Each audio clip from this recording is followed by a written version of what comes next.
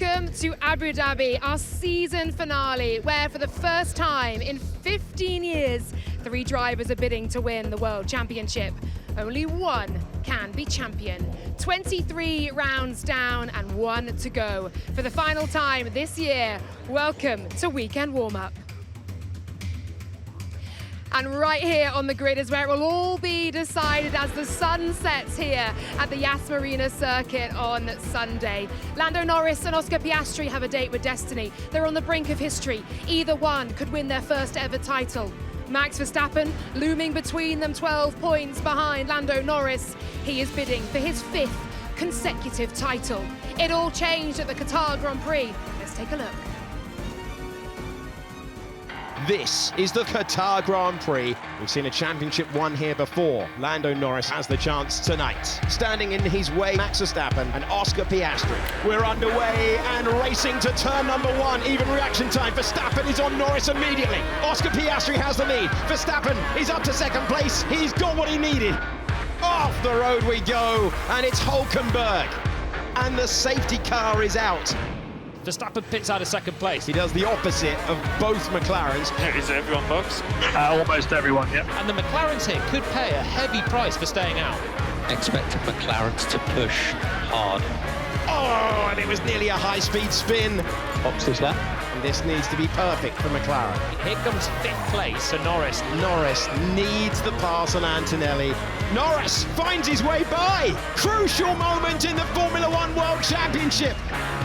Max Verstappen will not be moved. He heads to Abu Dhabi with a fighting chance to win it all. Norris versus Verstappen versus Piastri for the championship of the world. Cancel your plans. We will see you next Sunday. 3 drivers within 16 points. Does it get much better than this? I tell you what, this is why we do it, isn't it? This is why we turn up to 24 rounds a year and we love this sport, because what an incredible picture we have painted for us this weekend for our season finale. I hope you join us for every single second of this one. Guys, thank you so much for joining me to talk through this one. Jolyon, I'm going to come to you first because we've just seen the Qatar race recap, and imagine my surprise, sitting in the sunshine, doing a little bit of preparation for the weekend. Jolyon Palmer storms over to me and declares he's had a eureka moment and he believes McLaren got the strategy right in Qatar.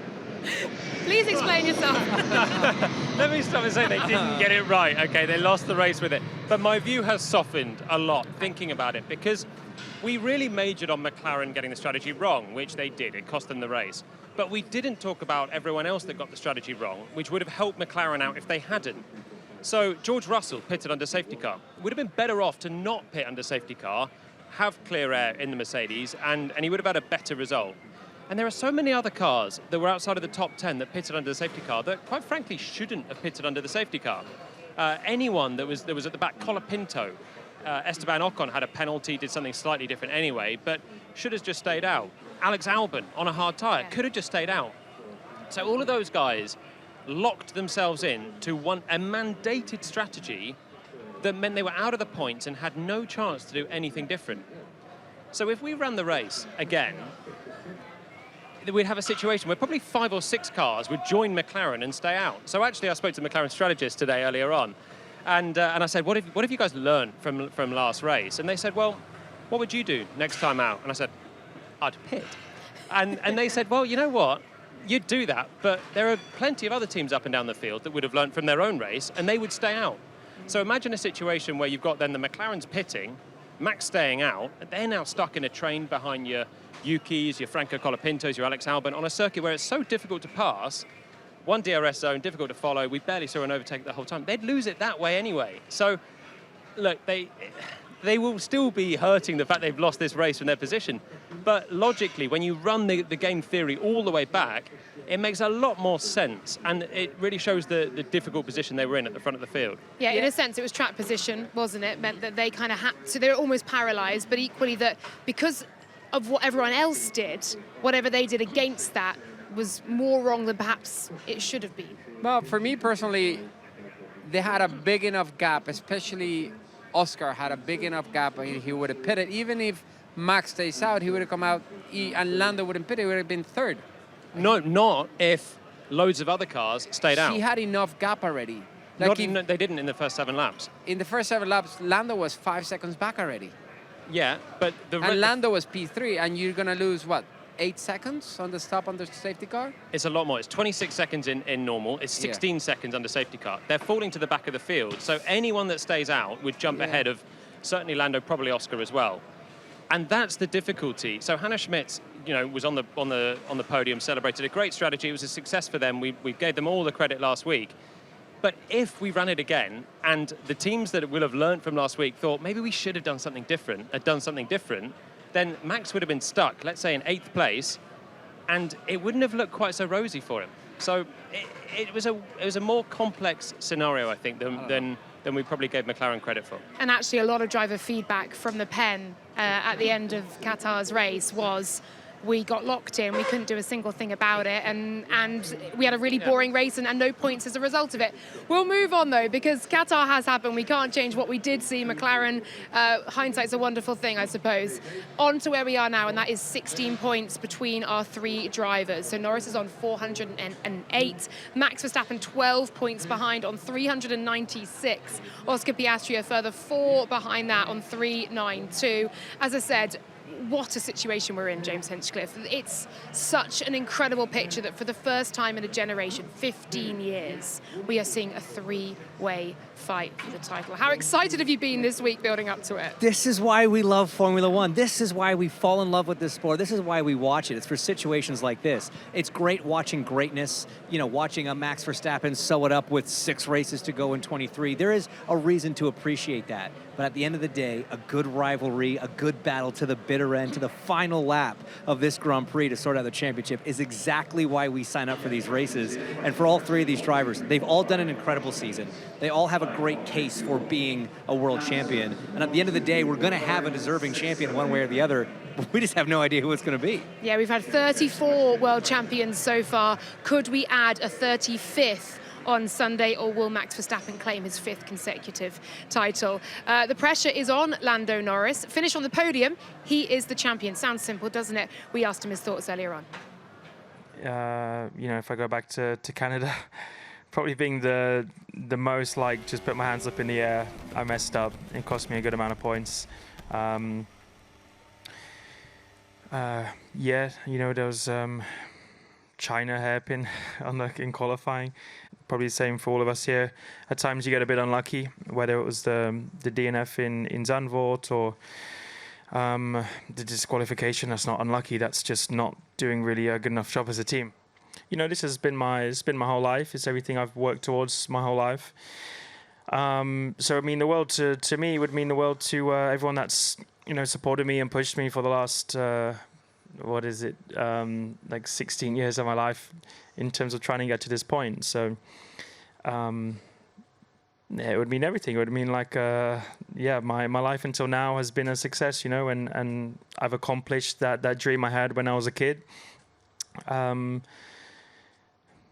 Other than that, I don't know what else to probably say. It's a reward for a lot of hard work that goes into things, and I think it goes to whoever deserves it the most. Let me ask you 3. Who do you think it takes that trophy?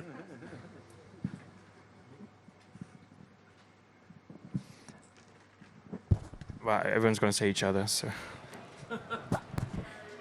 Lando Norris, all smiles in the press conference earlier on. James and I just trying to assess his body language. Initially, relatively relaxed, then you looked at his hand gripping his leg, and perhaps less so. These little tells of just the tension that is building within them. Yeah, look, there's going to be tension. I think there's tension before any Grand Prix, and certainly this is the biggest one that Lando's had in his career. He kind of talks about that time that it's taken him to get here, the support that he's had. There's really 3 key moments in a driver's career, in their dreams, right? It's get to Formula One, win a race, and then win a championship. He's 2 out of the 3 down, and he's a few days from potentially having the 3rd one checked off. You're going to be a little bit tense. Jolyon, on the screen there, what will happen, how Lando Norris can be champion? Just run us through some of those permutations.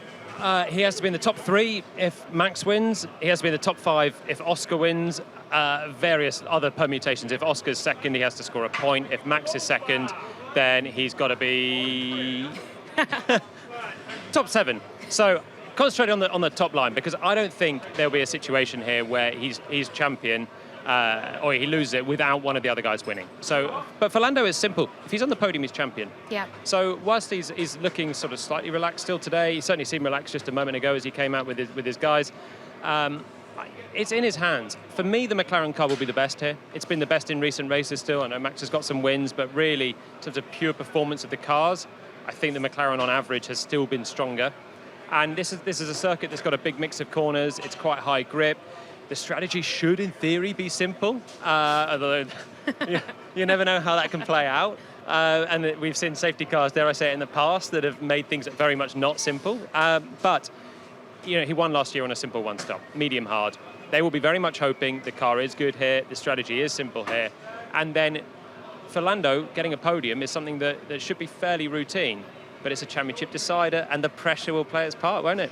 Juan Pablo, how does Lando Norris come into this weekend pretending it's not the biggest weekend of his life? Or does he fully confront that and embrace it? How do you think he should approach it? How would you have approached it? But the problem is, everything that you do through your career is the biggest moment. When you go-karting is the biggest moment. When you're winning go-karts is the biggest moment. When he became world champion karting, that was the biggest moment. When he wanted to get into F1, it was the biggest moment. His first pole was a big moment. So you're built for moments like this. So yes, it's for people that are at home and they look at it, they go, oh my God, this is so stressful. For when you're in this situation, you just, yeah, of course you're stressed because you want things to go well, but you know what you need to do. You're prepared for it. I always tell people, it's like when you do business, when you go into the biggest meeting of your life, if you're prepared for the meeting, yeah, you're going to be stressed about it, but you're going to execute and everything is going to go well. And so this is the same thing here. It's like, of course you go, man, if this happens and that happens. And at the end of the day, he needs to focus about him. He needs to do his job. And the only thing I think he needs to do is don't be cautious, because when you're cautious driving, you make mistakes. To trust the processes, Yep. all the little routines that he's done many, many times before. It all sounds so simple until there's a championship on the line, isn't there? The media scrutiny in Formula One, that's the big difference compared to everything else. I agree, you keep having these moments where you move up the ladders and winning in go-karting, winning in F3, winning in F2, getting to Formula One, making a debut. They're all pressure moments. But this is the world spotlight of sport.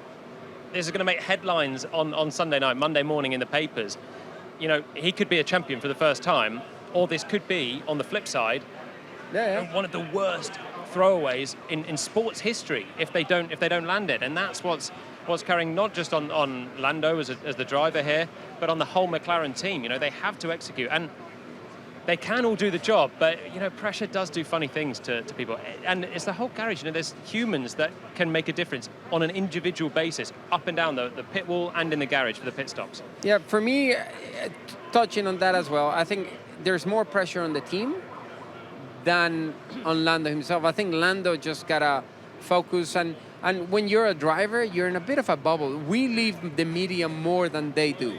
Like we talk about it. That's all we do all weekend is the stories and what people are saying. But when you're driving, you came here, he did a picture, and he's in another meeting, goes and eat, goes to the hotel, come back, meeting, thing, massage, stretch, get ready, warm up for practice, and then you spend 30 or 40 minutes of the day talking to the media. Everything else is driving.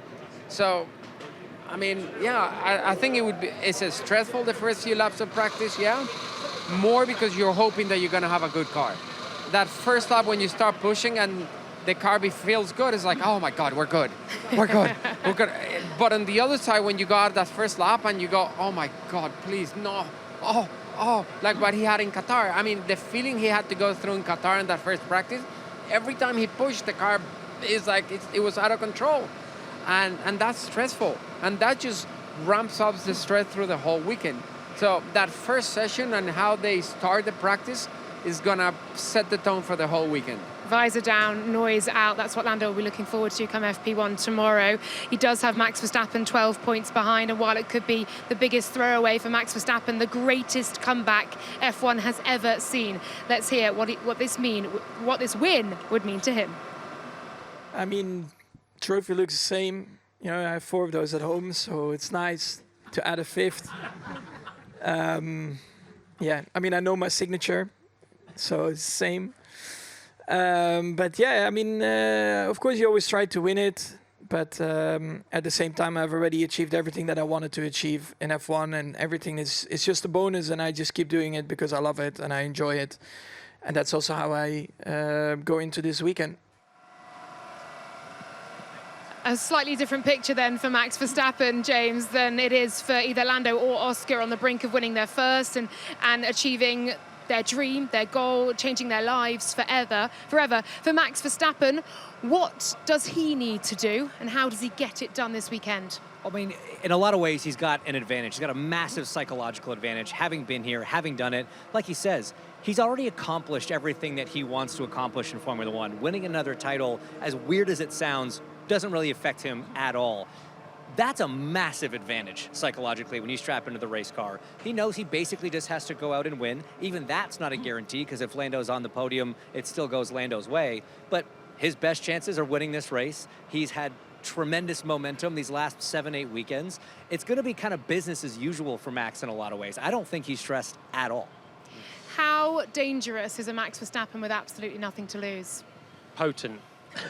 Really potent. But that's what we've seen in the last 8 races already. He's had nothing to lose since summer, really, Budapest, and he said he was not going to win another race, was out of contention.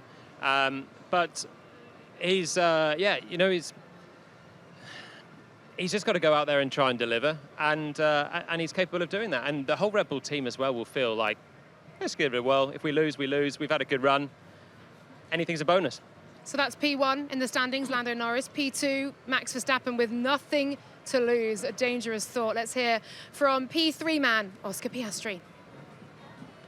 Yeah, I mean, there's a few moments to choose from, I'd say, unfortunately. But I think for everyone, there's always moments, and no season is ever going to be perfect. So I think it's not particularly useful picking out, I lost this amount of points here, this amount of points there, because everyone's lost a certain amount of points at some point along the way. So, but yeah, definitely on my side of things, there's been a few races or a few moments I'd like to have again. Same thing as the team, I'm sure. But yeah, picking one, I don't think there's one that's hurt more than others. I mean, it'd be pretty cool, to be honest. But I think it often takes a little while for those kind of things to set in, and at the same time, next season starts in a few weeks. So I think regardless of whatever you've achieved in the past, Max is probably the most qualified to say this, but I think you move on probably pretty quick and try and win the next race that's in front of you. So, obviously it would be a very cool achievement, but I'm not getting my hopes up too high. We'll see what happens, and if I can achieve it, then I'll be a pretty happy guy. It's a slightly different picture, isn't it, for Oscar Piastri? For Lando Norris, you feel very much that the fate is in his own hands. For Oscar Piastri, much of it is not within his hands. Yes, he may win this Grand Prix. He may drive the best weekend of his entire life. It still may not be enough, James. No, and again, that is kind of a nice position to be in a sense, because like Max, he sort of has nothing to lose. And we can look at history and see that there is a little bit of an advantage for the driver that comes in third. You've got the least to lose. The performance is just, go out and win.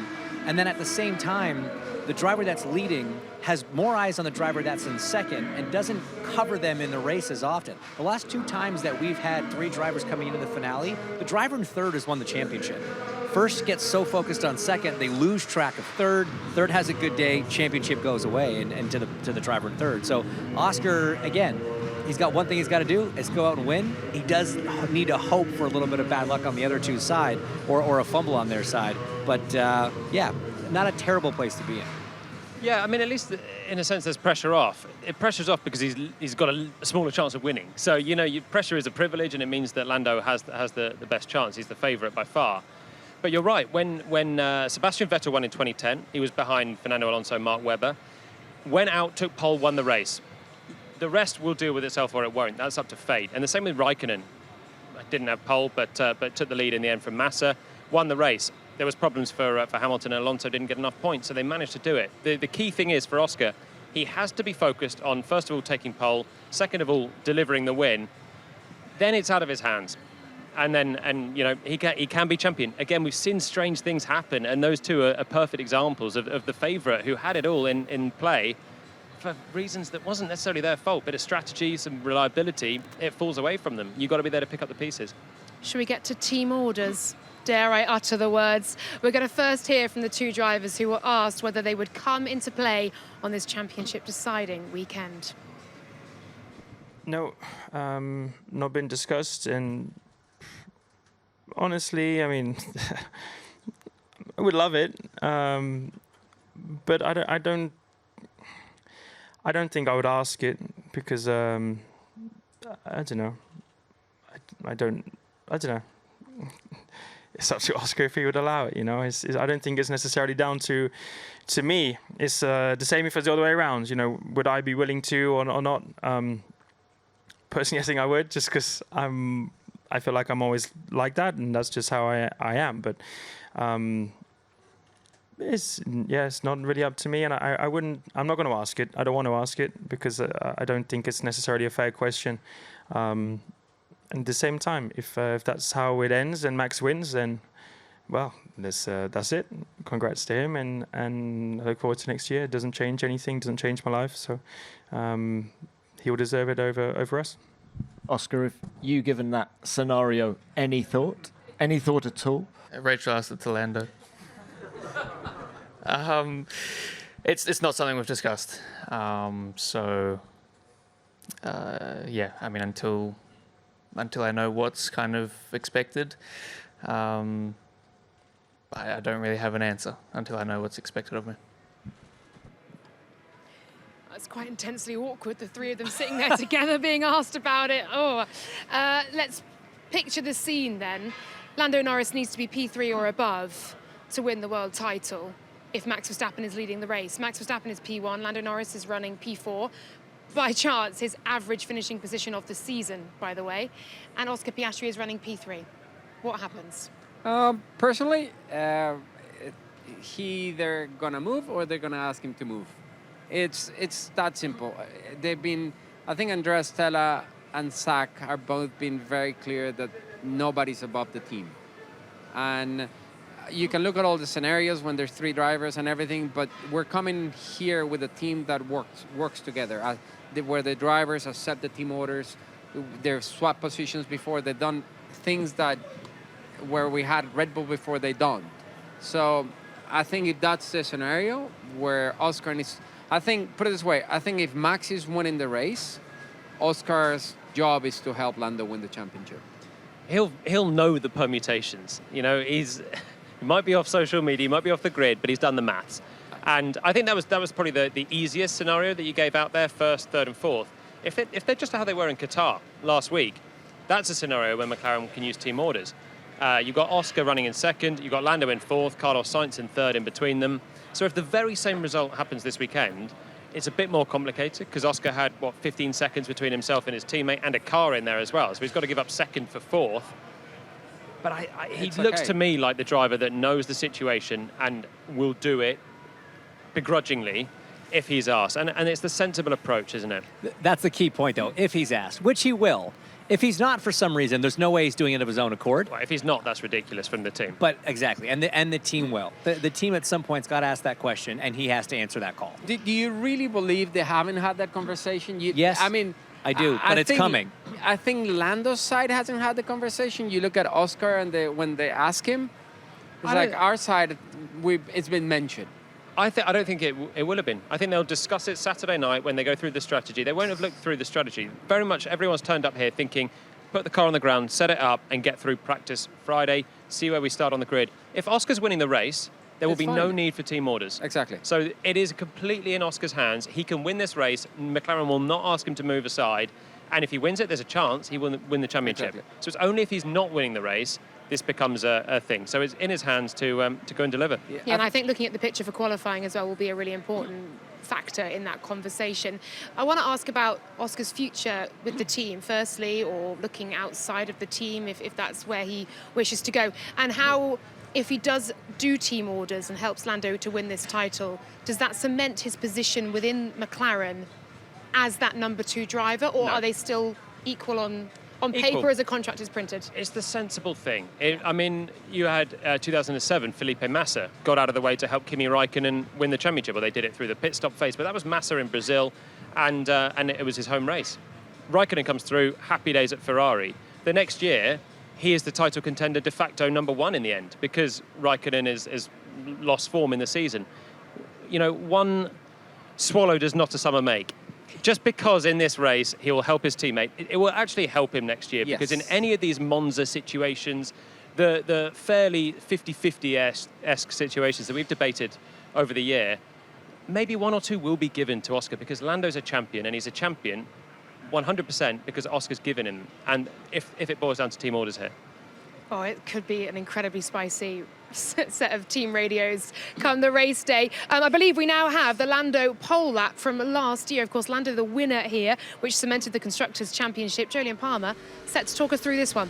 Yeah, it's a 16-corner lap now, 5.2 kilometres, and a lot of fun around Abu Dhabi, the Yas Marina circuit. So let's have a look at it on board with Lando Norris heading up towards turn 1, and a 90-degree left that is taken at pretty high speed, over 100 miles an hour minimum speed. And then we get on the gas, sweeping through turns 2 and 3. You can bottom out through here. See a lot of plank wear through the weekend, and Carlos Sainz in the Ferrari put it in the wall a couple of years ago. But by qualifying, they'll all be dialed in and ready to hit the brakes for turn 5. An overtaking place if you must, but really you want to prepare the exit here and fire your way with DRS up towards 6 and 7. The biggest stop and the best overtaking chance on the circuit. We're going to hit the brakes at about 100 metres with Lando Norris and head in towards the apex. Find that first part, steady it through the middle and punch out on the exit, because we've got another long straight. Both of these, we're heading up towards 200 miles per hour and another dose of DRS with a separate detection point. We're going to hit 199 and miss it by 1 miles per hour in towards turn 9. Super quick left-hander, load of oversteer. He manages to scrabble through there, braking so late as well, 50 meters, and attacking that apex point. And now you've got the final tricky hotel section.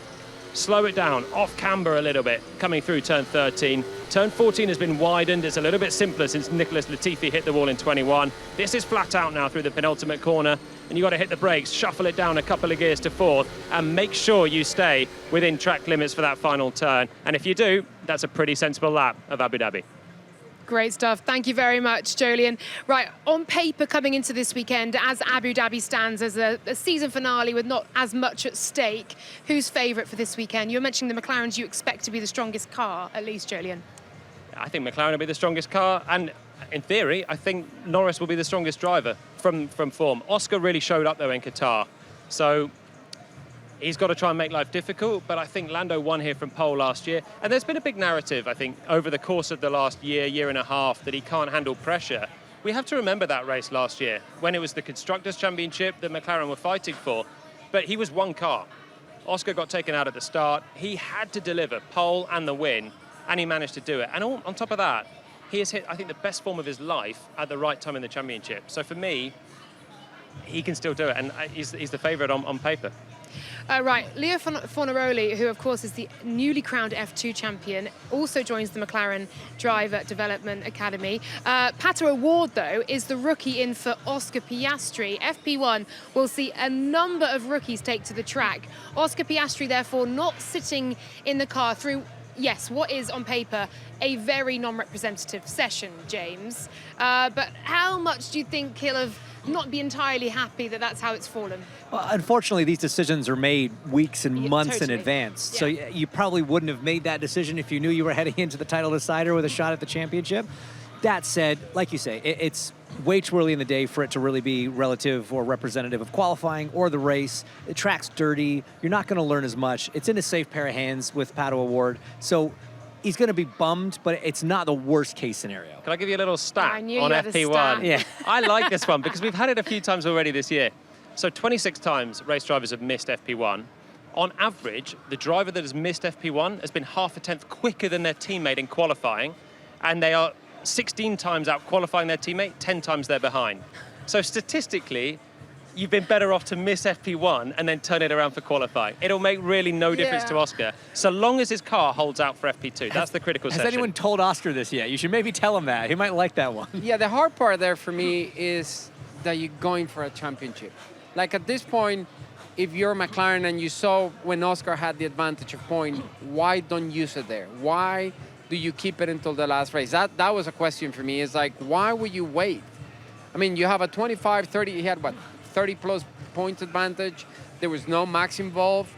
At that point, matters anywhere. Just go and put him in a session and get it over, especially in Europe, where, you know, we are going for a championship. Every lap counts. I know the first session is not the most relevant, but oh my God, it's just unnecessary things. But from 30 points, this could have been a dead rubber. He might have won it already if he carried on the form that he showed in Zandvoort time and gone. So then we'd be saying, oh yeah, Oscar, he's already champion, he's out of the car having a lie-in. Oh. And also the 2 times, I'll give you this one as well, the 2 times that Lando has missed FP1 this year have been Austria, his probably best weekend in the first half of the season, maybe with Monaco, but beat Oscar by 0.6 in qualifying. The other one was Mexico. He won by 30 seconds and he beat Oscar by 0.6 in qualifying. They'll both know this, and it's not that representative. You head down to McLaren team hospitality after this show They and tune into let the them weekend know. warm-up, it's fine. I'm sure they do. I'm sure they're hanging off our every word on a championship weekend, absorbing all the pressure from us. Of course, we had some breaking news within the week as well. Red Bull and Racing Bulls have declared their 2026 lineups. Isaac Hadjar has had the promotion that we kind of all expected him to have after such a stellar rookie year. Up to Red Bull. Arvid Lindblad, welcome to Formula One. Welcome to Racing Bulls. Let's hear it from Isaac Hadjar on it. Isaac, let's come to you now. Many congratulations on the new job. Huge moment in your career. Just tell us, what does this race seat with Red Bull Racing mean to you? Yeah, it's a very good moment in my career, that's for sure, for all the hard work through the years being rewarded now. Obviously, it's just the beginning of a new journey, but yeah, I'm very excited and stepping into a new era of Formula One as well. I think it's very good timing. Can you describe the moment you found out? Who told you? Yeah, it was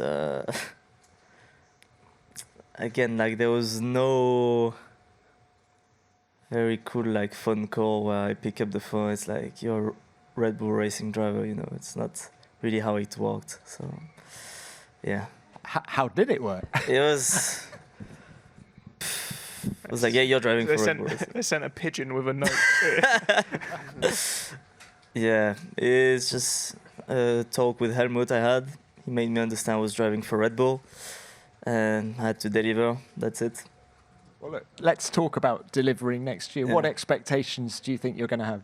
Yeah, it's I have no expectations at all because we're starting from scratch, everyone.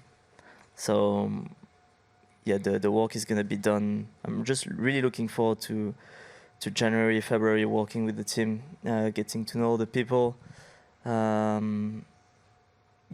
it's gonna be crucial to try and be ahead a bit. So it's the promotion that every driver in that Red Bull family wants to hear. They're going up to the big team. They're taking that second Red Bull seat, but that second Red Bull seat has spat out many a brilliant driver. Some we still see on the grid, some who are making their exit, as Yuki Tsunoda will be. He now is test and reserve driver for Red Bull, and we bid goodbye to him for 2026 at least. James, does Isaac Hadjar have anything different that he can offer Red Bull? Is 2026 the best year with new regs coming in for a driver of his stature, of his experience, to step into the team? Yeah, it's tough to know if he has anything different until we get him in a car next to Max, but certainly 2026 does represent the best opportunity for him to do that. The current generation car, we know how difficult it is to drive that Red Bull. It can be driven quickly, but it's difficult to get there. And so with a complete new rule set, you have a car that's, for the first time, well, in Red Bull's history, not designed by Adrian Newey, who has a philosophy of not building the easiest car to drive, building the fastest car, and letting the drivers figure it out.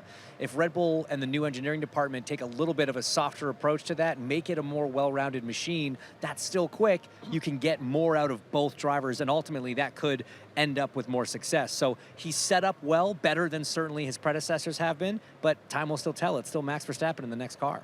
Juan Pablo, what does success look like for Isaac Hadjar, and how can he be compared against Max Verstappen? I think, as Hinch said, I think beginning of the season is going to be much easier before the upgrades start coming. The problem is, once the upgrades start coming, are they going to start putting the upgrades on both cars? I think that's the million-dollar question, because that's what, Max does an amazing job, but you hardly ever see both Red Bulls on the same car spec, and I think that's going to determine what happens. And it's under new management, things in Red Bull is changing, so we have to see what's their approach, but I think that's going to be important. And I think something we didn't mention today is something that is different for Max this year against the other years. He does not have a teammate that can help him with the McLarens. Because, yes, there could be team orders on the McLaren side, but on the Red Bull, it's Max alone. And I think that's gonna, that's the other side of the coin. Do you do what McLaren does with the papaya rules and everybody complains, but you have two guys going for a championship, or do you go with one guy and put everything in one guy, but if you end up in this situation, you wish you had a teammate? Max alone, but I guess he has the might of a whole team for him, no teammate up there. On Yuki Tsunoda then, what of his future? Jolyon, where does he go from here? Does he have a way back? Well, he stays with the Red Bull family as the reserve driver for next year, and he'll be determined to come back. What I would say is, if you're going to be ousted from a team, the best team to come back with is Red Bull, because we've seen so many drivers come out of Formula One, go back in, and a bit like Sergio Perez is coming back in next year, different team with Cadillac, but everyone knows that Max Verstappen is the hardest teammate to match up to. We've seen Alex Albon leave and come back. We've seen Pierre Gasly get demoted and find his way to Alpine. All of these guys that have been toasted by Max, they have found themselves settled into Formula One's midfield. So it's not all over for Yuki. He will be, I'm sure, keeping a keen interest in how the four of them all go next year in the Red Bull squads. Yeah, I'm sure it's been a very tough few weeks for him. He got the news after the Qatar Grand Prix that Liam Lawson would be staying at Racing Bulls. What does Arvid Lindblad, who steps up from F2, he's currently running P6 in that championship, what does he have to do? What does Liam have to do to maintain that seat? Beat each other, I think, is probably the first goal. Because look, you have Lindblad's coming up. He's 18 years old. It's an interesting promotion. It's a very big jump for a driver coming out of F2 after just the one season. Lawson's only got just over a year's worth of experience. So you've got two very young drivers going into a team and a regulation set where everything is brand new. I think how they deal with the development side, not having a sort of team leader with a little bit more experience, is going to be really important. Everyone's got pace. You don't make it to the Formula One grid without having speed. I think in this crucial era of Formula One, into this new rule set, the driver that's a little bit better on feedback and car development rather, could ultimately have the edge and kind of secure their spot in the Red Bull family. We'll see. Juan Pablo? Yeah, I think Tsunoda is hoping that there's drama there, because if for some reason he struggles, he's gonna probably start going and talking about it. So are we gonna make a change? Because they've done it before. If for some reason Lindblad struggles through the year, are they gonna behave like Mercedes and give him all year like Kimi, and Kimi is doing a great job now? Or they're gonna act like Red Bull normally does and don't give him the chance? Well, the last time that Yuki was overlooked for Liam, it took Red Bull 2 races to think that was a mistake and swap him out. That was the start of this year. So things can happen very quickly there. Yeah, they can. He'll be around as well, of course, as reserve driver. He will be at the paddock on the grid, not on the grid, but in the pit lane, certainly, through next season as well. All right, let's take a look at the schedule for this one final weekend, round 24 of the F1 World Championship in 2025. So building up to FP1 then from 1:15 tomorrow, that'll be a hot and sunny session, and then a very different condition. FP2, 4:45 p.m, building up to that one, and then on to Saturday, another warm session out there in the sunshine, in the daylight for FP3, not entirely representative for what we'll see later in qualifying. That's your pre-qualifying show coming to you at 5:30, 6 p.m. start for qualifying, and then the post-qualifying show straight after that battle for pole position. How significant and important will that one prove to be? Sunday, the pre-race show, 3:45 p.m. It's an extra long one. We're giving you an extra 5 minutes from our usual bumper show for that. And then 5 p.m. Oh, I'm hearing it's the longest ever. There you go, the longest ever pre-race show for you for what will be a historic race day, the Abu Dhabi Grand Prix, starting at 5 p.m, the post-race show straight after We have crowned a champion. I cannot believe we are saying that. We have a three-way fight for the driver's title. We were sort of joking and musing about it earlier in the season. Imagine if we get to Abu Dhabi and we're standing here with 3 drivers in the fight. Well, imagine no more. That is the situation we have. Predictions and final thoughts, please. Jolyon, go ahead. I mean, they've all got a legitimate chance of being champions as well. So I said earlier on that I think Lando is favourite for the weekend. Do I still think he's going to win the race, though? I don't know. I'll go Lando to clinch it with a win, and then Max second, keeping him on his toes, and Oscar third, the top 3 to finish out the season. I agree. I think Lando's going to win the championship, but I think Oscar might win the race here. I think it's going to be a McLaren 1-2, and as you know, I think Max is going to be third, but I don't think he had. If there's no safety cars or anything, I think it's a McLaren win. Barring anything weird, I think that this track is going to bring the Red Bull a little bit closer to the McLaren. We know that Qatar's a McLaren track and was always going to be. So I think Max, without the pressure, at a track that he's won 4 of the last 5 Grand Prix at, I think he wins the race. Lando's on the podium, though, and takes the championship. Right, so we've got a variety of predictions there, which I think accurately reflects where we are in this championship at the moment. We want you to get involved at home as well. F1 Predict, you can see the QR code on your screen. Scan that, get involved, get your predictions in for who you think will win both the race and the championship here this weekend. Thank you so much for joining us for Weekend Warm-Up. Thank you guys for all of your opinions and analysis and reactions and build-up to this one final round of F1 in 2025, and it is going to be an absolute thriller. Do not miss a second. It starts tomorrow with free practice. We'll see you then. Welcome to the season finale. Who will we call the champion of the world? The Abu Dhabi Grand Prix is go! It's Lando Norris with the lead. Contact! Piastri and Verstappen come together. The man on the charge. He's in another lead right now. World champion! Incredible moments. I can't believe it! All the way to the checkered flag. That's a childhood dream come true. Verstappen has taken the Drivers' World Championship on the final lap. I can't believe what I've just seen. Lando Norris wins the Abu Dhabi Grand Prix. And that was an explosive way to finish the season.